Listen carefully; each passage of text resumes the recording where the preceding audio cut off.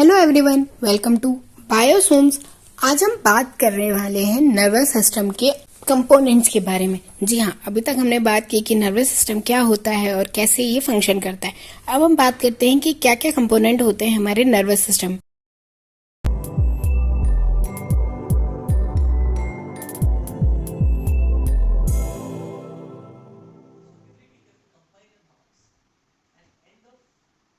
हमने ये बात तो की कि मेनली जो हमारा नर्वस सिस्टम है वो हमारे नर्व सेल से मिलकर बना होता है, जिसकी वजह से हमारे बॉडी में दो टाइप के सिस्टम बनते हैं, सेंट्रल नर्व सिस्टम और पेरिफेरल नर्व सिस्टम।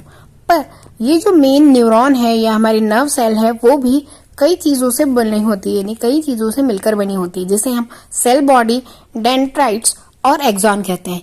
ये बात तो आप सबको पता है कि हमारी जो नर्व सेल है वो सेल है, तो ये बट ऑब्वियस है कि इसमें न्यूक्लियस, ग्रेनुलर साइटोप्लाज्म भी प्रेजेंट होता है।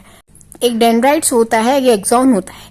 डेंड्राइट्स जो होते हैं वो सेवरल ब्रांचेस वाला फिंगर लाइक प्रोजेक्शंस होते हैं, यानी कि आप यदि देखेंगे तो ये ऐसा दिखाई देता है। यदि आपने कोई छोटा पौधा देखा है जिसकी बहुत छोटी छोटी रूट्स होती है, तो वो रूट्स जिस तरह से एक रूट से बहुत सारी छोटी छोटी रूट्स निकलती है लाइक स्ट्रक्चर में, वैसे ही ये होती है, बट ये थोड़ी सी रिजिड होती है और ये फिंगर लाइक स्ट्रक्चर होती है। अब ये सर्कुलर फॉर्म में लगभग होती है, तो ये पूरी तरह से फैली हुई होती है। जो एक्सॉन होता है वो सेल बॉडी के ब्रांच डिस्टल एंड पर प्रेजेंट होता है, यानी कि एक लंबे फॉर्म में ये प्रेजेंट होता है और इसे स्वान सेल भी कहा जाता है, जो कि मेलानिन शीट से कवर्ड होता है और इसका जो शेप होता है स्केल लाइक शेप में भी ये प्रेजेंट होती है।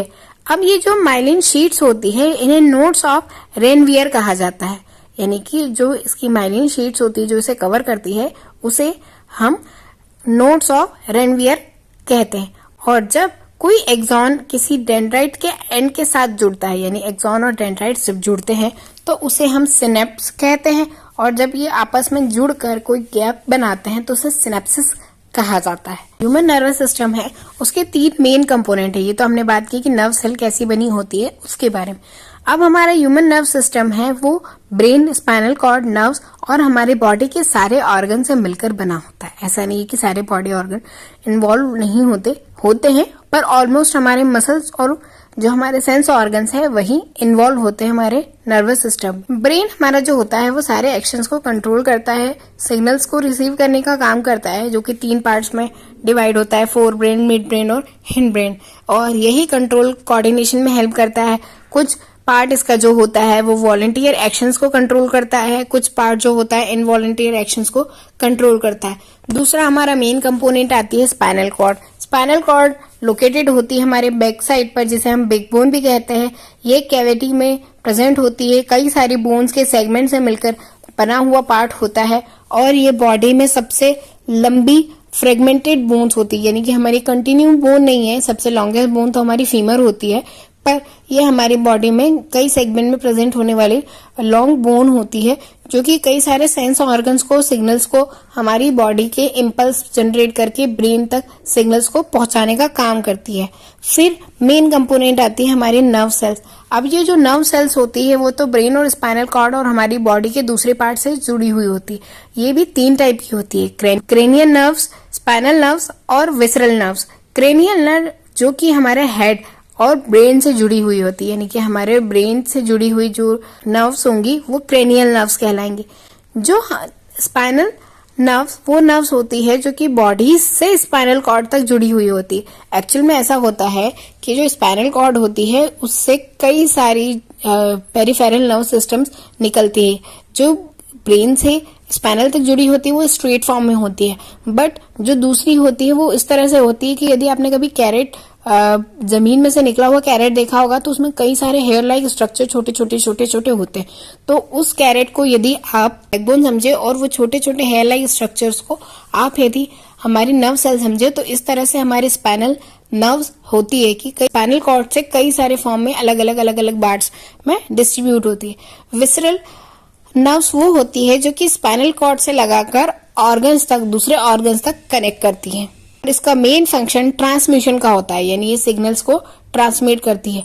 जैसे आपको मैंने एक एग्जांपल के लिए बोला कि आप यदि किसी रूट वाले फ्रूट को उठाओ और पूरा प्लांट निकालो, तो जो प्लांट में जो फाइबर्स के फॉर्म में जो चीजें जनरेट होती है और उस प्लांट का मेन पार्ट आप ब्रेन समझो, तो उसमें जो वो ट्रंक होता है या मैं कहूँ कि जो स्टेम होती है वो हमारी क्रेनियल नर्व है। फिर जो रूट में जाकर स्पाइनल रूट को आप यदि स्पाइनल समझे तो जो स्पाइनल में जाती है वो जो हेयर लाइक स्ट्रक्चर होते हैं वो स्पाइनल नर्व होती है।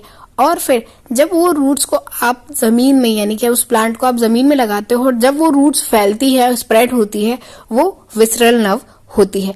इस तरह से हमारी नर्व सेल्स हमारी पूरी बॉडी में फैली हुई होती है, जिसकी वजह से हमारे सारे ऑर्गन्स जो होते हैं वो फंक्शन कर पाते हैं यदि कोई भी बॉडी में डेंजर होता है तो। और उसी की वजह से हमें सिग्नल्स भी मिलते हैं हमारी बॉडी में कि कैसे क्या फंक्शन हो रहा है। अब इसमें नर्व सेल्स में एक तरफ रिसेप्टर होते हैं और दूसरी तरफ एक्सेप्टर होते हैं, यानी रिसेप्टर्स ऐसे जो कि किसी सिग्नल को रिसीव करेंगे और उसका ट्रांसमिशन करेंगे और वहीं उन सिग्नल्स को एक्सेप्ट करके वो ब्रेन तक पहुंचाते हैं और ब्रेन से जो ऑर्डर आया है उसे एक्सेप्ट करके वापस रिकवर करते हैं, जिसे हमने रिफ्लेक्स एक्शन कहा था।